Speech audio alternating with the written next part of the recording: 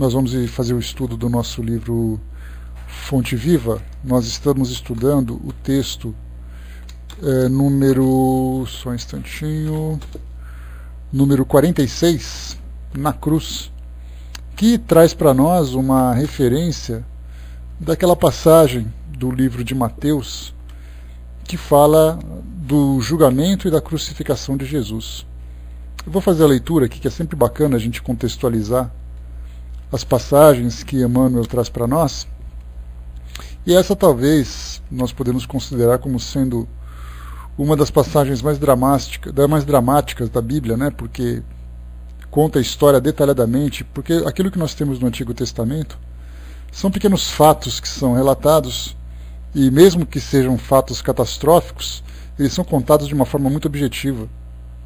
Mas na passagem de Jesus, quando nós começamos a conhecer a sua história desde o início do seu nascimento, acompanha aquela parte, principalmente a parte final da sua vida, aqueles últimos 3 anos, e depois culmina na sua crucificação, e depois naturalmente vem naquilo que a Bíblia interpreta como ressurreição.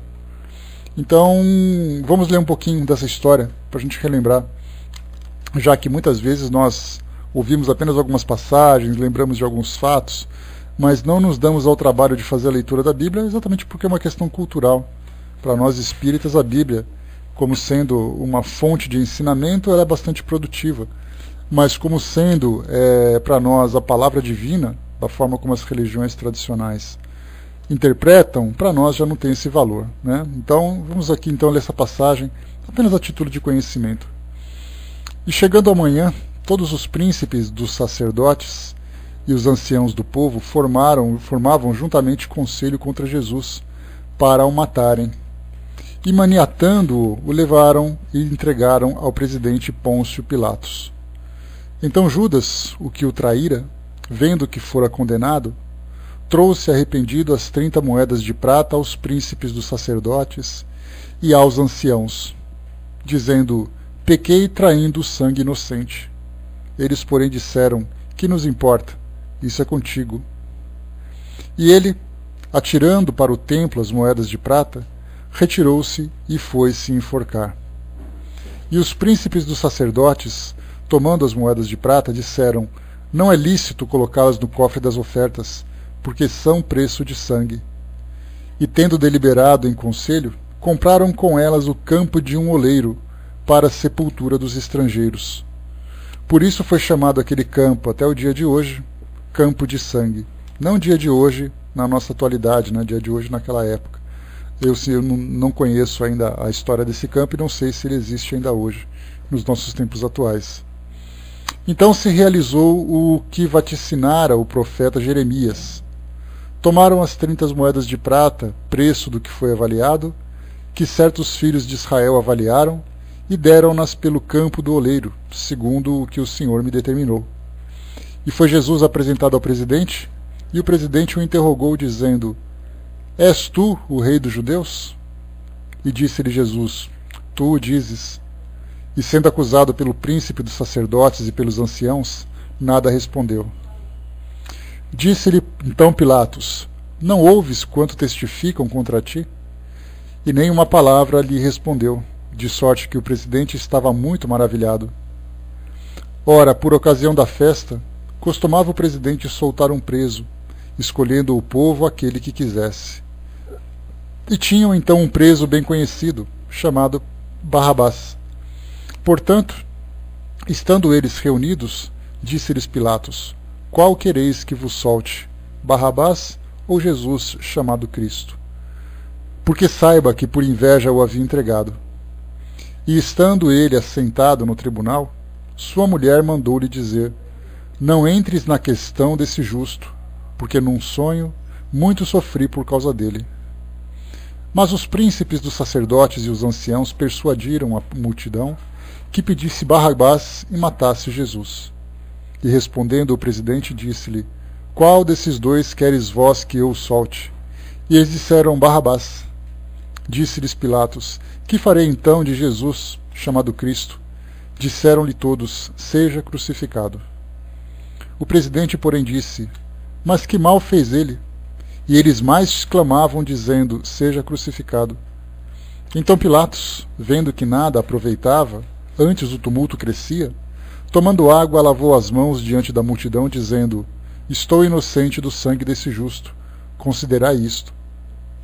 E respondendo ao todo o povo, disse: o seu sangue caia sobre nós e sobre nossos filhos.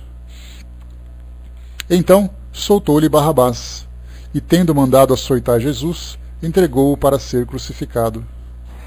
E logo os soldados do presidente, conduzindo Jesus à audiência, reuniram junto dele toda a corte, e despindo-o, o cobriam com uma capa de escarlate, uma capa vermelha nesse caso, e tendo uma coroa de espinhos, puseram-lhe na cabeça e em sua mão direita uma cana. E ajoelhando diante dele, o escarneciam, dizendo: salve, rei dos judeus! E, cuspindo nele, tiraram-lhe a cana e batiam-lhe com ela na cabeça. E depois de o haverem escarnecido, tiraram-lhe a capa, vestiram-lhe as suas vestes e o levaram para ser crucificado. E quando saíam, encontraram um homem sirineu chamado Sião, a quem constrangeram a levar a sua cruz. E chegando ao lugar chamado Gólgata, que se diz lugar da caveira, deram-lhe a beber vinagre misturado com fel, mas ele, provando-o, não quis beber. E, havendo-o crucificado, repartiram as suas vestes, lançando sortes, para que se cumprisse o que foi dito ao profeta: repartiram entre si as minhas vestes, e sobre a minha túnica lançaram sortes. E, assentados, o guardavam ali. E por cima de sua cabeça puseram escrita a sua acusação: este é Jesus, o Rei dos Judeus. E foram crucificados com ele 2 salteadores, um à direita e outro à esquerda. E os que passavam blasfemavam dele, meneando as cabeças, e dizendo: tu, que destróis o templo, e em 3 dias o reedificas, salva-te a ti mesmo, se és filho de Deus, desce da cruz. E da mesma maneira também os príncipes dos sacerdotes, com os escribas e anciãos e fariseus, escarnecendo diziam: salvou os outros e a si mesmo não pôde salvar-se. Se é o rei de Israel, desça agora da cruz, e creremos nele. Confiou em Deus. Livre-o agora se o ama, porque disse: sou filho de Deus. E o mesmo lhe lançaram também ao rosto os salteadores que com ele foram crucificados. E desde a hora 6ª houve trevas sobre a terra até a hora 9ª. E perto da hora 9ª exclamou Jesus em voz alta, dizendo: Eli, Eli, lama sabachthani, isto é, Deus meu, por que me desamparaste? E alguns dos que ali estavam, ouvindo isso, diziam: ele chama por Elias. E logo um deles, correndo, tomou uma esponja e embebeu em vinagre e, pondo-o numa cana, dava-lhe de beber. Os outros, porém, diziam: deixa, vejamos se Elias vem livrar-o. E Jesus, clamando outra vez com grande voz, rendeu o espírito. E eis que o véu do templo se rasgou em 2, de alto a baixo, e tremeu a terra, e fenderam-se as pedras. E abriram-se os sepulcros, e muitos corpos de santos que dormiam foram ressuscitados. E saindo dos sepulcros, depois da ressurreição dele, entraram na cidade santa e apareceram a muitos.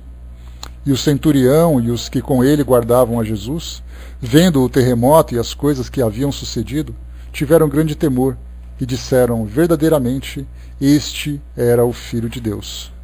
E estavam ali, olhando de longe, muitas mulheres que tinham seguido Jesus, desde a Galiléia, para o servir, entre as quais estavam Maria Madalena, e Maria, mãe de Tiago e de José, e a mãe dos filhos de Zebedeu.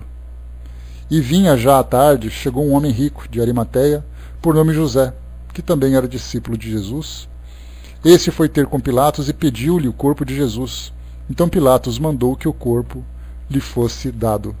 E José, tomando o corpo, envolveu-o num fino lençol, num fino e limpo lençol, e o pôs no seu sepulcro novo, que havia aberto em rocha, e rodando uma grande pedra para a porta do sepulcro, retirou-se. Depois aqui, continua a história, falando sobre a ressurreição e tudo mais. Mas essa é a passagem mais dramática que nós temos, e talvez a mais interpretada, talvez não, com certeza a mais interpretada por todas as religiões que se fundamentam no cristianismo, que falam exatamente da crucificação de Jesus, e cada um interpreta de uma forma, falando principalmente do sacrifício que ele praticou em benefício da humanidade. E aí nós temos, né, aquelas frases bastante conhecidas, né, que o sangue de Jesus salvou a humanidade, que o cordeiro foi levado ao sacrifício, que o sangue de Jesus tem o poder de realizar milagres e tudo mais, né? Então Emmanuel separou exatamente esse trechinho, né, não exatamente da morte, mas daquela observação feita pelos anciãos e pelos príncipes dos sacerdotes, dizendo, né, naquela passagem do versículo 14, essa passagem que a gente leu agora, é Mateus capítulo 27. E exatamente no 42, ele salvou a muitos, e a si mesmo não pôde salvar-se. Então foi essa passagem que Emmanuel separou para nós, falando, né, que Jesus, né, que nós podemos interpretar como Jesus tendo vivido plenamente em benefício, ou se sacrificando em benefício de todas as pessoas que tiveram contato com ele, ou daquela comunidade, que por consequência viria a se estender por toda a humanidade, e não pôde salvar a si mesmo do julgamento, da prisão, da condenação, né, da prisão e da execução que ele acabou vivendo.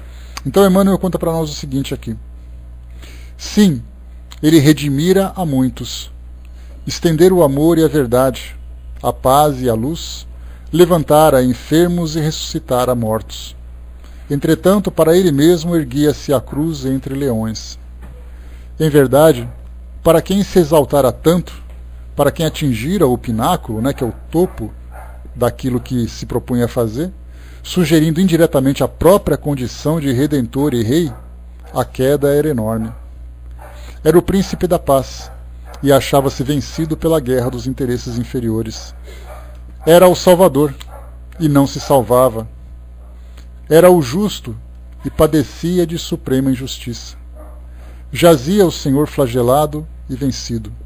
Para o consenso humano, era extrema perda.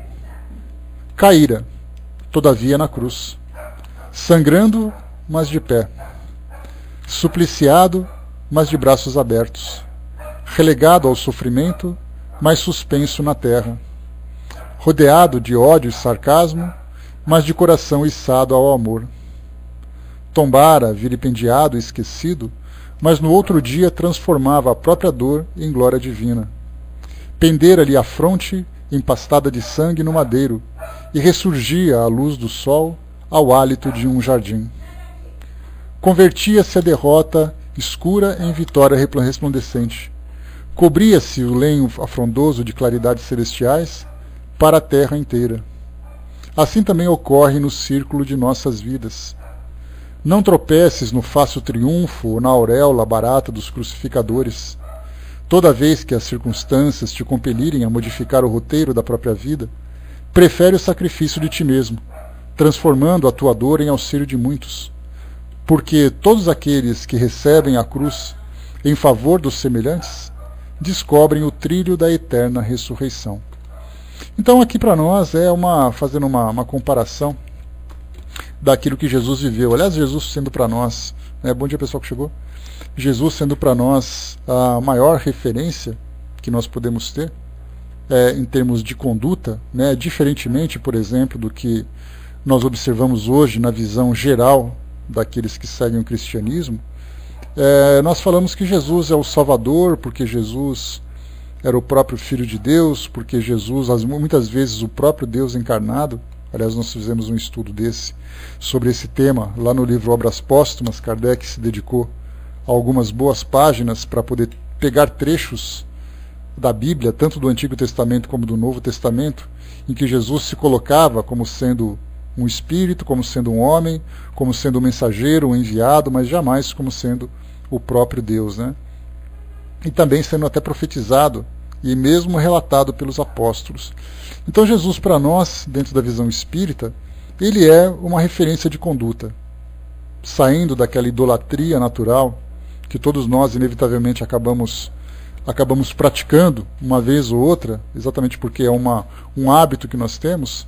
Jesus, ele sai então do pedestal de divindade e chega para nós como sendo um irmão de jornada, claro, um irmão mais velho, um irmão com uma experiência existencial muito maior, que veio demonstrar na prática aquilo que nós devemos fazer para nos afinizarmos com aquelas leis naturais, que Jesus não trazia para nós grandes conceitos científicos naquela época, exatamente porque não adianta nós queremos trazer ideias difíceis, ideias complicadas, para aqueles que ainda têm, né, a limitação intelectual para compreendê-la. Aliás, essa é uma coisa que hoje pela manhã eu acordei e me veio essa ideia, né, não sei porque exatamente qual era o meu raciocínio nessa hora, mas aí então me lembrou aquela passagem exatamente dessa época de Jesus, onde a grande maioria de nós que vivíamos naquela época, seja lá próximo mesmo ao Oriente Médio, onde tudo aconteceu nesse relato, seja em outras regiões do planeta, nós éramos todos analfabetos. A cultura era privilegiada, né, era reservada a apenas alguns privilegiados que tinham recursos, que tinham condições de aprender aquele conhecimento limitado, mas, né, entre romanos, entre gregos e outras culturas. Mas, de um modo geral, todos nós éramos analfabetos. Tínhamos uma dificuldade enorme, vivíamos em função dos nossos instintos mais primitivos, apenas para satisfação das nossas necessidades imediatas, dos prazeres que nós buscávamos. E aí então veio Jesus, aquela grande figura, para trazer para nós um modelo de conduta diferente. Aqueles que foram seguidores iniciais, a gente pode já imaginar sobre isso, né? Aqueles que gostavam, eram aquelas pessoas que se tornaram mais pacíficas, se tornaram mais suscetíveis. Algumas outras um pouco mais rebeldes, né? Os próprios apóstolos, quando nós lemos sobre as histórias deles, alguns eram um pouco mais rebeldes.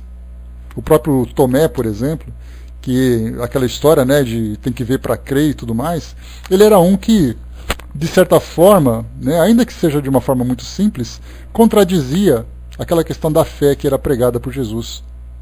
E outros também, outros apóstolos, algumas vezes discutiam, algumas vezes não concordavam entre si. Então a gente imaginava que todos aqueles eram cordeirinhos, todos eles eram mansos, eram pacíficos, e não eram. Eles seguiam os princípios gerais que Jesus trazia nessa questão de fé, nessa questão de transmitir os ensinamentos que Jesus passava para eles, também ajudar as pessoas através das ações de cura, das ações assistenciais.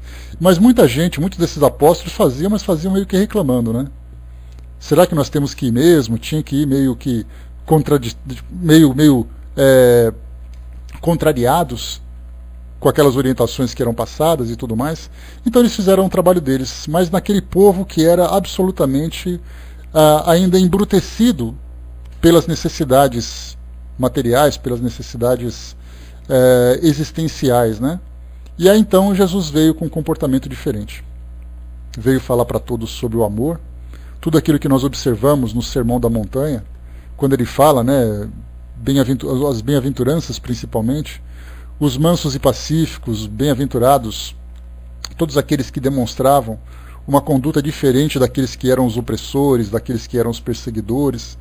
Então, quando nós líamos, ou quando nós lemos até hoje, essa passagem das bem-aventuranças, nós achamos muito bonito. Aliás, o próprio Gandhi já falou sobre isso. Se todo o ensinamento do Evangelho fosse perdido e só restasse as bem-aventuranças, o cristianismo estaria muito bem representado.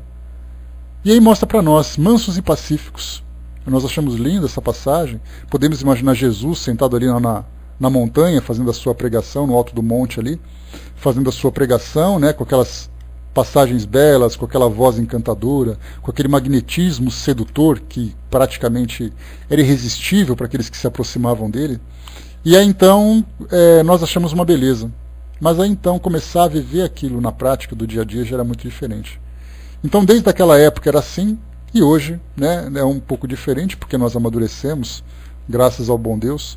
As experiências da vida fizeram com que a gente levasse uma chacoalhada e fosse despertando gradualmente. Hoje nós temos a capacidade intelectual, hoje nós temos a aproximação com ensinamentos filosóficos que são bastante profundos. Então isso nos permite tomarmos decisões mais acertadas do que naquele período.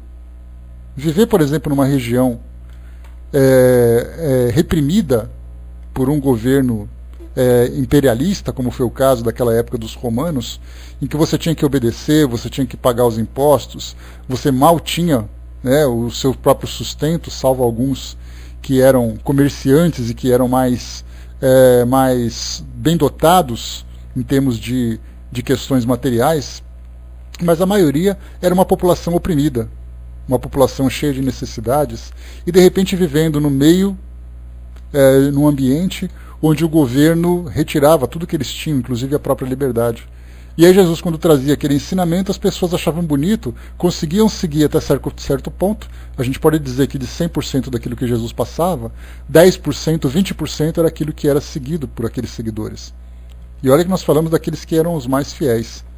Porque aquilo que a gente vê, por exemplo, na televisão, que fala, né, que todos os cristãos primitivos eram pessoas dedicadas, sacrificavam e tudo, não era bem assim. Basta a gente usar um pouquinho da lógica, que a gente vai perceber que no início era muito difícil.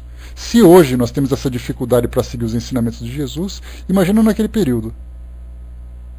Porque naquele período as condições de vida eram muito piores e até mesmo a evolução intelectual daquela sociedade remonta a 2000 anos. Então nós temos 2000 anos de retrocesso, para a gente ter uma ideia. Então Jesus trouxe para nós todos esses ensinamentos, mas o mais importante é que ele trouxe para nós o exemplo, principalmente, através da sua conduta. E isso se tornou para nós uma referência. Muitos acabam achando que a história de Jesus é fantasiosa e, por consequência, não tem razão de ser. Por que eu vou me sacrificar por uma história que eu não acredito que tenha existido? Ou porque eu não acredito que tenha sido dessa forma? Jesus ele não teve muita preocupação em convencer as pessoas. O que ele veio fazer foi mostrar. Aqueles que tinham uma predisposição a se transformar interiormente acabavam aderindo a essa nova filosofia de vida, que era exatamente a proposta do cristianismo naquela época, para que conduzisse as pessoas para uma condição melhor. Quando a doutrina espírita chegou para nós, trazendo todas essas reexplicações daquilo que o cristianismo já tinha feito naquela época, só que de um modo muito mais claro, a proposta era agora explicar exatamente o porquê das coisas. Você não deve seguir Jesus apenas para poder alcançar o céu, como foi dito naquela época. Você deve aprender com a conduta de Jesus exatamente porque você constrói seu próprio futuro. E a principal demonstração que ele trouxe para nós foi o sacrifício pessoal, que culminou exatamente na sua execução, onde ele não ofereceu resistência, onde ele perdoou aqueles que o perseguiam, como ele próprio disse na cruz, naquela passagem que ele diz, perdoe-os porque eles não sabem o que fazem. Então ele compreendeu a imaturidade, ele compreendeu a ignorância do povo, aqueles que os condenaram.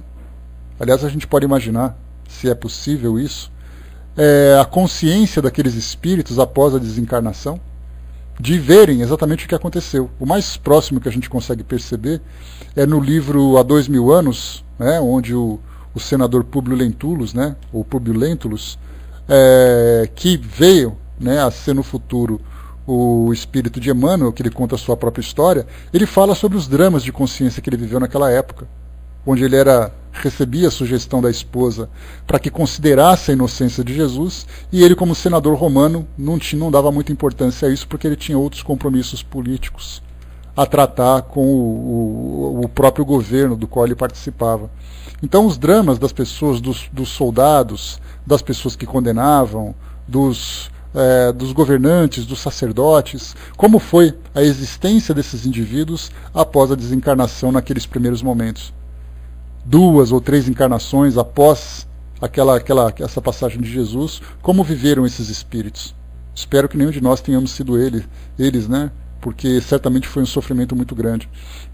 Mas hoje nós temos então a possibilidade de fazer essa reavaliação, de observar que Jesus veio das esferas mais altas do plano espiritual, para poder reencarnar entre nós, tendo conhecimento de tudo aquilo que ia acontecer, e depois voltar ao plano espiritual de um modo bastante doloroso, o que é inevitável, o que era praticamente inevitável, já que ele viria a fazer uma revolução numa sociedade que se encontrava completamente desorientada. A Orquídea perguntou aqui, né, mas hoje não estamos muito mais apegados à matéria. Olha, Orquídea, pensemos o seguinte, que existe certamente um apego que nós podemos considerar da matéria nos tempos atuais, mas nós podemos observar que as religiões estão muito presentes na vida das pessoas. O que significa isso? Que todos nós estamos buscando alguma coisa no mundo espiritual, e o grande problema que nós enfrentamos é não saber como fazer isso. Já naquela época, em que as pessoas seguiam ali a religião judaica, outros viviam o politeísmo da religião romana, né, do panteão greco-romano que tinha por ali. Então, certamente, nós podemos perceber o seguinte, que o comportamento do povo daquela época é o mesmo comportamento de todos nós na atualidade, com a diferença de que nós crescemos em termos de conhecimento, em termos de valores, fazendo com que o apego se tornasse muito menor hoje do que naquele período. Então, na verdade, nós não deixamos de sentir aquilo que sentíamos no passado. Nós começamos a sentir com menor intensidade. Então é como se fosse um gráfico, ou fazendo ali dentro da matemática, fazendo ali uma proporção inversa. Ou seja, num período nós tínhamos muito mais apego do que elementos que nos elevassem espiritualmente, e na atualidade nós tivemos uma pequena inversão, onde nós temos ali mais valores espirituais e menos apego. E se hoje esses apegos que nós observamos são bastante intensos, podemos imaginar naquele período. Então não pensemos que as coisas aconteceram de uma forma fantasiosa. Aqueles espíritos mais elevados que se sacrificaram pelo cristianismo naquele período, própria Joana de Ângeles, Divaldo Franco contando a biografia dela, fala de Joana de Cusa, que era uma daquelas que se sacrificaram pelo cristianismo, né, em virtude da sua fé, da demonstração da sua fé. Nós tivemos Estevão, nós tivemos Paulo e tantos outros anônimos que nós sequer sabemos o nome dessas pessoas, mas certamente que estavam lá para dar essa sincera demonstração de fé. E aqueles espíritos que tinham já a sua elevação naquele período, no período atual nós temos também vários ícones na nossa sociedade, e falamos da sociedade mundial, que vieram trazer essa demonstração de sacrifício. O sacrifício pessoal para a construção de alguma coisa que vai beneficiar a sociedade. E é exatamente aí que entra para nós o ensinamento de hoje. Essa passagem aqui no final do livro, que Emmanuel traz para nós, ele diz assim: assim também ocorre no círculo de nossas vidas, porque fala de Jesus naquela época, fala exatamente daquilo que ele viveu, daquilo que ele sofreu, mas da mensagem e do trabalho que ele conseguiu realizar. E aí então, coloca para nós assim: assim também ocorre no círculo de nossas vidas. Não tropeces no fácil triunfo ou na auréola barata dos crucificadores. Essa frase já mostra exatamente isso. Qual é a orientação? Aquela passagem que fala da porta larga, da porta estreita, do homem novo, do homem velho. Esses ensinamentos eles estão agora ilustrados das mais variadas formas. Porque, como a gente já conversou sobre isso em outras passagens, Dr. Bezerra de Menezes comentava no livro Dramas da Obsessão, psicografado pela Dona Ivone do Amaral Pereira, que ele falava que nós ainda apresentamos uma dificuldade muito grande para compreender a profundidade da doutrina espírita. E é então que foi necessário romancear todos esses ensinamentos, como Jesus fazia naquela época, transformando em parábolas aquilo que ele desejava dizer. Então hoje nós vemos também que, embora nós até desejemos chegar no plano espiritual mais elevado, nos livrarmos de todas as dificuldades e todos os sofrimentos que a vida oferece para nós hoje, nós ainda nos encontramos meio desorientados sobre como alcançar tudo isso. Tanto é assim que nós acreditamos que a fé é o suficiente. O que significa a fé? Você acreditar que o futuro vai ser diferente. Você acreditar que existe uma força maior que vai te acolher no momento do seu desencarne. Mas se esquece que no dia a dia que você constrói o caminho que vai percorrer. Então nós queremos alcançar tal lugar, mas não sabemos como. Daí então o que a gente faz? Nós lotamos as igrejas, nós lotamos os templos, lotamos os centros espíritas, acreditando que alcançar o plano espiritual é uma questão de agenda, de cumprir os compromissos religiosos e não fazer uma transformação moral. E é aí que a doutrina espírita entra com a sua filosofia, mostrando exatamente isso. Aquilo que você fizer em benefício de si mesmo, quando se diz em alto amor, não benefício pessoal no sentido egoísta. E porque você tem que se preservar, você tem que cuidar da sua evolução, cuidar da sua manutenção, se preservar dos sofrimentos que nós nos auto-infringimos, né? Porque você escolhe experiências da vida para poder viver um prazer e acaba se machucando por isso.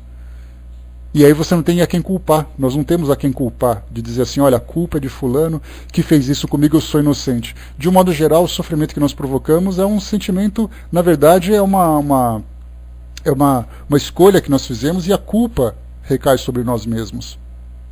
E se por acaso esse sofrimento é infligido por outras pessoas, certamente nós temos ali experiências envolvendo-as, aproximando-as de nós, para fazer com que nós passemos por essas dores a título de aprendizado. Então, quando nós começamos a escolher o caminho fácil, quer dizer, eu frequento aquela igreja, eu frequento aquele centro espírita, mas eu gosto de viver do jeito que eu vivo. Dentro de tudo aquilo que a gente tem conversado ultimamente, aliás, estudando, né, tanto o livro dos médiuns, como o livro Obras Póstumas e os nossos próprios estudos do Fonte Viva, tem trazido para nós muitos ensinamentos a respeito de particularidades do dia a dia. Não mais pensarmos de grandes pecados ou grandes erros que nós vemos hoje. Mas é um detalhe interessante, né, Chuck? Porque a gente pensa assim, olha, você vai para o céu se você não matar. Você vai para o céu se você não corromper. Você vai para o céu se você não destruir. Só que, na verdade, essa ideia que a gente tem dos macro-pecados, eles acabam cobrindo os micro-pecados, se nós podemos chamar assim. O que seriam esses? Vamos trocar o pecado pelas escolhas equivocadas. Então tem os grandes erros e os pequenos erros. Os pequenos erros estão no dia a dia. É aquilo que você faz todos os dias na sua casa, no seu trabalho, na rua, no lugar que você frequenta, nas suas relações sociais. Então quando a gente fica pensando, bom, eu não matei ninguém, eu não assassinei ninguém, eu não destruí nada, eu não joguei bomba em ninguém e não cometi nenhum tipo de corrupção, então eu estou livre de pecados. Essa é exatamente a ideia que é passada para nós por essa educação que vem se desenvolvendo durante muitas gerações. E a doutrina espírita fala, apaga tudo que você fez e começa a pensar agora nos detalhes. Você já pensou naquilo que é grande, agora pensa nos detalhes. E aí então vem os detalhes do egoísmo, vem os detalhes daquilo que nós escolhemos, das nossas preferências a título de alimentação, a título de entretenimento, a título de relacionamentos. Então nós saímos daquilo que é grande, porque nós sabemos que tudo isso já é errado, e começamos a compreender os detalhes das coisas. E esses detalhes das coisas é certamente o que faz a diferença agora. É certamente aquilo que vai nos modificar. E aí então nós imaginamos, né, como eu falei para vocês, dessas grandes referências que se sacrificaram, nós temos aqueles que se tornaram santos, que se tornaram grandes caridosos, que se tornaram famosos pelo mundo todo por aquilo que eles viviam em termos de renúncia, de sacrifício, em termos de divulgação do bem. Esse é o exemplo que nós temos que seguir. E como eu falei para vocês, muitas vezes não temos condições de dar passos tão longos, porque um espírito que chega na condição de se sacrificar pessoalmente para poder viver em função da elevação da humanidade, elevação de uma comunidade, é certamente um espírito que já tem capacidade para isso. E muitas vezes nós podemos então nos acomodar. Ah, mas eu não sou Madre Teresa de Calcutá, então não posso fazer isso. Eu não sou nenhum fundador de instituição de caridade, então eu estou bem assim. Na verdade não. Nós temos que observar essas referências como se eles fossem, e são certamente, espíritos que avançam no mesmo caminho que nós estamos, mas estão lá na frente. E nós temos que nos esforçar para poder seguir os passos para tentar alcançá-los. E aí então vem aquela pergunta, mas por que eu teria que fazer isso? Por que eu tenho que ser bonzinho num mundo que é tão egoísta? Por que eu tenho que ficar quieto quando as pessoas me ofendem? Por que isso? Por que aquilo? Nós começamos a questionar. Porque de imediato nós não conseguimos observar o benefício que isso nos traz. Numa discussão, o nosso orgulho fica ali dentro daquela jaula, chacoalhando, desesperado, alucinado, querendo sair, querendo avançar naquele que comentou alguma coisa. O sacrifício do silêncio, como Jesus fez aqui nessa passagem, que quando foi perguntado para ele, mas você é o rei dos judeus? Ele simplesmente silenciou. Porque não adiantava qualquer tipo de argumentação. Então, começamos a desenvolver em nós a sabedoria, começamos a desenvolver em nós valores em termos de tolerância, em termos de paciência. Se nós tivermos que responder a alguma ofensa, que ela seja feita com proveito e sabedoria, e não simplesmente para poder reacender ou intensificar cada vez mais aquela chama de vaidades, a fogueira de vaidades que existe entre as pessoas. Que nós consigamos observar a dor do outro como se fosse a nossa própria dor. E aí então agimos para tentar amenizar como nós faríamos conosco mesmo. E tudo isso para quê? Porque os espíritos hoje têm a oportunidade de trazer para nós os ensinamentos que eles viveram, dizendo que quando nós estávamos encarnados, fizemos tal coisa e hoje estamos nessa condição. É como se nós fizéssemos uma comparação, achando um estudante bem-sucedido, fazendo o seu curso universitário, numa instituição de grande reputação, e aí então ele vai dizer para um aluno: estuda bastante que você consegue chegar onde eu cheguei. Estuda, sacrifica, se debruça sobre os livros, tira as suas dúvidas, porque quando vier o vestibular, você vai conseguir passar e você vai conseguir se formar, formando ali a sua carreira dentro da área que você escolheu. Os espíritos, em vez de trazer para nós esse lado intelectual, embora eles também falem bastante sobre isso, eles falam bastante da parte moral.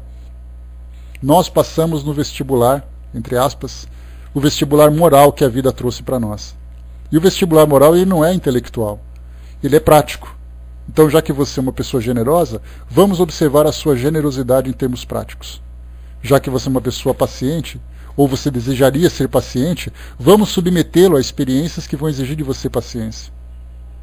Se você deseja suprimir da sua personalidade a agressividade, então eu vou te apresentar situações provocativas para ver se você consegue manter aquela mansuetude, né, usando essas palavras difíceis, né, aquela mansuetude dentro de você. Já que bem-aventurados os mansos e pacíficos, vamos ver se você consegue segurar a sua tendência, segurar o seu impulso. Então a gente começa a perceber os cuidados que nós temos que ter dentro de todos aqueles aspectos que a gente sempre trabalha. O aspecto moral, que são os valores, o aspecto social, na forma como eu me relaciono com as pessoas, no aspecto biológico, o que eu faço para cuidar da minha saúde, no aspecto profissional, quais são os meus objetivos? Eu trabalho para poder satisfazer as minhas ambições ou eu trabalho para poder aproveitar a minha capacidade intelectual e ser produtivo de alguma forma? Então a gente sai daquela esfera primeira que fala dos sacrifícios em torno das grandes tragédias do mundo e começa a entrar agora nos detalhes. Seria mais ou menos como se, fazendo uma comparação em termos de prioridade, se nós pudéssemos falar sobre a organização de uma festa. A gente se preocupa com a comida, com a bebida, se preocupa com o salão, se preocupa com a banda que vai tocar. E quais seriam os detalhes? Os detalhes da mesa, quem seriam as pessoas que são convidadas, qual vai ser o horário da festa, se todos serão bem servidos, se ninguém depois vai ficar insatisfeito pelo fato de não ter sido atendido no momento dos comes e bebes e tudo mais. Então a gente sai da parte mais, digamos assim, mais grosseira da festa e começa a entrar nos detalhes. Na nossa vida não é diferente. Porque são os detalhes que fazem a diferença a partir de agora. Quando os espíritos vieram e trouxeram para nós os ensinamentos, e eles, lá na própria introdução do Evangelho segundo o Espiritismo, eles trazem para nós. Chegou a hora em que todas as coisas serão restabelecidas no seu verdadeiro sentido. E essa frase é fundamental. Porque aí então já não tem mais aquela história de ficar contando parábolas para poder mostrar para as pessoas se elas estão no caminho certo ou estão no caminho errado. Vão dizer claramente: você está errado porque você é egoísta, você está errado porque você é orgulhoso, porque naquela situação você fez isso. Então hoje nós temos aquela condição de fazer uma avaliação mais profunda. E se nós temos conhecimento disso, agora a questão é, nós estamos de fato fazendo isso? A doutrina espírita, ela se tornou para nós algo confortável, se tornou para nós algo agradável, algo que até nos dá aquela sensação de orgulho por sermos espíritas, porque nós aprendemos que fora, né, da caridade não há salvação, ou que o espiritismo é o consolador prometido, ou então que é o cristianismo redivivo. Então nós começamos a pegar esses elogios, ou começamos a pegar esses adjetivos e começamos a encher a nossa bola. E em vez da gente colocar o pé no chão, a gente começa a fazer com que a cabeça vá para a lua. E aí então se alguém vem para você e fala assim: olha, vocês estão errados porque eu sou dessa religião, sou católico, sou evangélico, sou muçulmano, e vocês são espíritas, vocês estão errados. Aí o que a gente faz? Coloca ali as nossas luvas de boxe e começa então a espancar o nosso adversário com os argumentos que a doutrina espírita nos dá. Em vez de nós alimentarmos a humildade, nós exaltamos o nosso orgulho. Então a doutrina espírita, ela não veio para nós para trazer uma posição de status, ela veio para trazer para nós responsabilidade. E a partir do momento em que nós temos esse conhecimento, a quem muito foi dado, muito será cobrado. Então nós começamos a viver agora uma vida que ela se estende muito além do tempo que nós estamos agora. Né? É a melhor coisa que a gente faz, Sandra. Mas muitas vezes o silêncio, né? Porque muitas vezes o silêncio que a gente faz é um silêncio orgulhoso. O fato de nós ficarmos quietos através da voz ou através da palavra, nós, na verdade, mentalmente estamos assim, pobre coitado. Sendo que não, ele está no momento dele, nós estamos aqui. E, na verdade, nós temos que nos preocupar com o trabalho que nós temos que fazer, que é um trabalho íntimo, é um trabalho individual, é um trabalho de sacrifício. Qual é exatamente o nosso grau de sacrifício? E aqui, porque nesse texto mostra para nós exatamente isso. Que nós temos que aprender que o sacrifício que nós fazemos para qualquer situação que nós estamos promovendo o bem, vai se reverter em nosso favor futuramente. E essa questão de planejar o nosso futuro é uma questão de fé, é uma questão de esperança, é uma questão de consciência da nossa imortalidade. Se nós somos conscientes disso, por que nós não trabalhamos em função do planejamento futuro? Nós só agimos como se não houvesse futuro. Nós só sabemos que o espírito é imortal quando nós lemos num livro, quando nós nos comportamos, quando nós agimos de alguma forma, nós nos esquecemos desse detalhe. Então, colocar os pés no chão e saber que esse título chama Na Cruz. Então, que nós assumamos as nossas cruzes, a cruz do sacrifício pessoal, em benefício de todos os ambientes onde nós estejamos. Que tudo aquilo que a gente faça sempre tenha como propósito maior promover o bem. A alegria das pessoas. Se nós tivermos que decepcioná-las, que seja uma decepção por causa da incapacidade que essa pessoa tem de compreender, não por aquela maldade que ainda existe em nossos corações. De fazer isso para humilhar alguém, para poder tirar aquilo que nós poderíamos compartilhar, de agredi-la pelo fato de nós nos sentirmos ofendidos. Para a gente fechar, o que o dia colocou, né, o que precisamos fazer para evitar esses embates? Pois o meu é muito constante. É guardar para você, né, Orquídea? Todos nós passamos por isso. Toda vez que alguém chega e fala alguma coisa, não, porque a doutrina espírita é isso, deixa ele falar. O fato, a gente vê isso quando nós colocamos nomes de espíritas, quando nós vemos a própria ideia espírita e tudo mais, vai fazer alguma diferença para a doutrina espírita, aquilo que aquela pessoa pensa? Mas que o espiritismo é coisa do diabo. Não tem problema, se para ele não tem problema. Para nós é o que importa, a filosofia espírita para nós é a nossa grande transformadora. A doutrina espírita para nós é a grande referência de conduta. Se para aquela pessoa é do diabo, que ela pegue uma que não seja, então. Beijinho, Ju, beijo para sua amiga também. Então, se para ela é algo negativo, então que ela fique com aquilo que seja melhor. Pois é, mas todo mundo ouve, a doutrina espírita tem essa passagem, tem essa visão de muita gente, não de todos. Mas a gente vê hoje que a doutrina espírita também é algo que traz para nós conforto, traz para nós esclarecimento, traz para nós sabedoria. Então, fiquemos atentos apenas àquilo que falam em benefício da doutrina. Aquilo que falam contra, essa pessoa fala aquilo que ela aprendeu. Disseram para ela que a coisa é assim.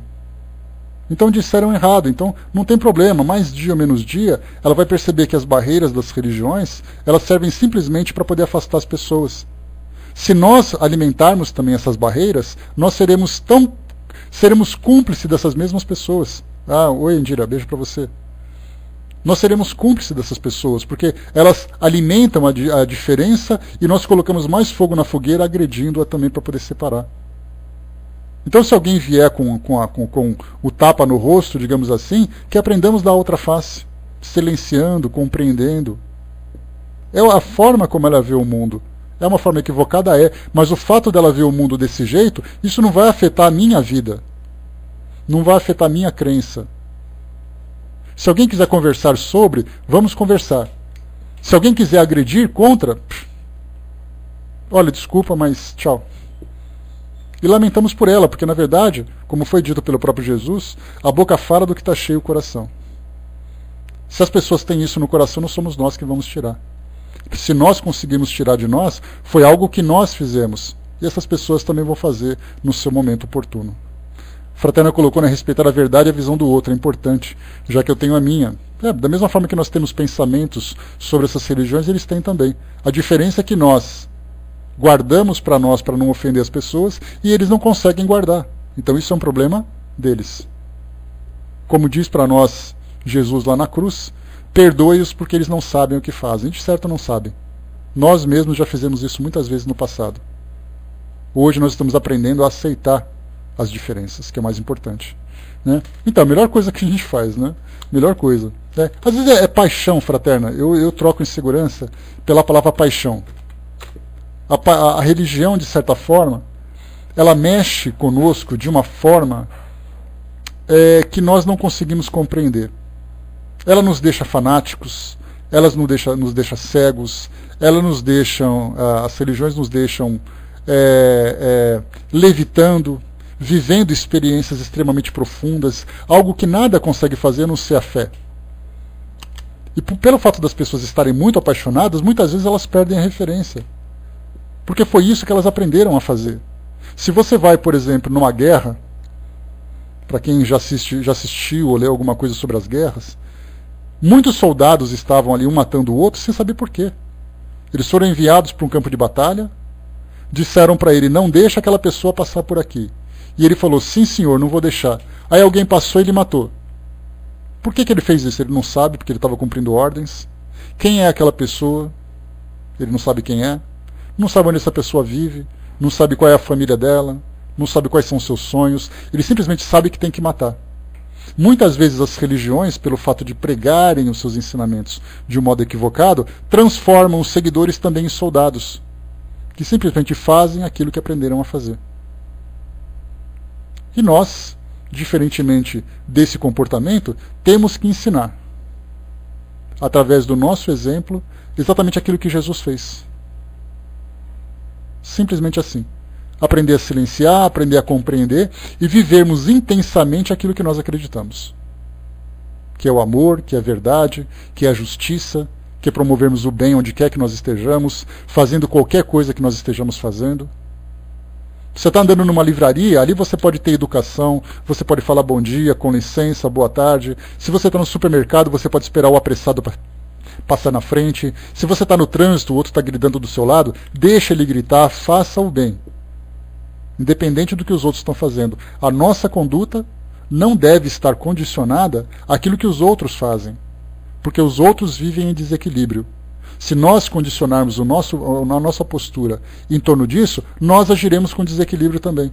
Então, nos sacrifiquemos. Tenhamos essa sabedoria, essa resistência. E aí sim a gente vai viver de fato aquilo que a doutrina pode trazer para nós. Caminhando colocou, né, talvez não seja necessário seguir uma religião.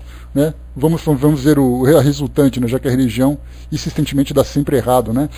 As religiões, de um modo geral, elas trazem para nós ensinamentos, mas infelizmente elas acabaram se voltando muito mais para os dogmas, para a hierarquia, para os seus símbolos, e a filosofia acabou ficando em segundo plano. Mas a doutrina espírita faz o contrário. Ela tirou de nós qualquer tipo de dogma, qualquer tipo de hierarquia, para falar apenas de filosofia. Então nós temos esse privilégio. Mas isso é bom para nós. O outro tem um benefício, o outro tem a vantagem de viver a religião dele. Ele tem esse direito. Nós temos o direito de viver a nossa. Só que nós temos que viver a nossa de um modo verdadeiro. A Indira colocou para nós, fui criada na Igreja Batista e comecei a estudar há 1 ano o kardecismo. Uma das coisas mais importantes que aprendi com o estudo da doutrina foi essa aceitação das diferenças. Hoje vejo que meus parentes e amigos, mesmo sendo cristãos, como irmãos, que estão em outro estágio, é difícil, mas não impossível. É só a gente não falar de religião. Né? O melhor amigo que eu já tive na vida, durante a minha juventude, nós tomamos caminhos diferentes. Ele se tornou pastor metodista e eu virei espírita. E por causa da nossa religião, a nossa amizade quase que se dissipou. E eu penso assim, poxa vida, por causa de uma questão de crença, cada um vive uma vida diferente. O que eu lamento profundamente. Mas, cada um com o seu problema, né? O Tchek colocou para nós, Neris Levi, diz que só existe um dogma, o dogma universal, que tem a caridade como base. Se toda religião tivesse essa base, não teríamos tantos problemas. Mas ela tem, Tchek. Todas as religiões têm essa base, só que eles não conseguem enxergar. É como se essa ideia da caridade como base fosse alguma coisa guardada lá no armário, lá no armário das religiões, empoeirado lá no canto, enquanto outros valores estão limpinhos na frente. Mas o importante, embora seja a mesma coisa, o importante é que está lá dentro. É só uma questão de limpar a poeira e colocar para fora. Agora, se por acaso as religiões perderam isso como base, aí já é mais complicado. Enquanto está lá, muita poeira, é sucata, é sujeira, é tirar aquela coisa mesmo. Para quem tem alergia, tenho certeza que está com o nariz coçando já aí também, né? Então é aquela coisa bem empoeirada, socada lá no fundo, é só resgatar e colocar de novo. Pois é, exatamente, né? Então é isso aí que a gente tem que pensar. Essa é a melhor forma que nós temos que ver o mundo hoje. Nós temos que fazer aquilo que nos cabe. Jesus se sacrificou porque sabia que estava fazendo a sua missão. Nós nos sacrificamos fazendo a nossa missão. E se nós somos considerados ou nos vemos com tanto orgulho como os trabalhadores da última hora, que façamos o nosso trabalho. Como eu falei para vocês já, uma frase que eu adorei conhecer, que faz pouco tempo que eu li, para muitas pessoas nós somos o único evangelho que ela leu. E ela vai observar através da nossa conduta. Então, se nós estamos divulgando a nossa filosofia, que ela seja divulgada através do exemplo. E tenhamos sabedoria para isso, principalmente. Meus amigos, fechando por aqui o nosso trabalho, eu vou passar para a nossa amiga Miriam, que vai fazer o encerramento para nós. Então, depois, peguem de novo o texto número 46 do nosso livro Fonte Viva, para vocês fazerem uma reflexão, né? Para cada um fazer a sua própria reflexão, cada um fazer a releitura desse texto, se imaginar naquela situação. Como eu falei para vocês, né, essa passagem conta a crucificação de Jesus, aquela que podemos considerar como a passagem mais dramática da Bíblia toda. E foi exatamente em cima disso, do sacrifício de Jesus na cruz, que trouxe para nós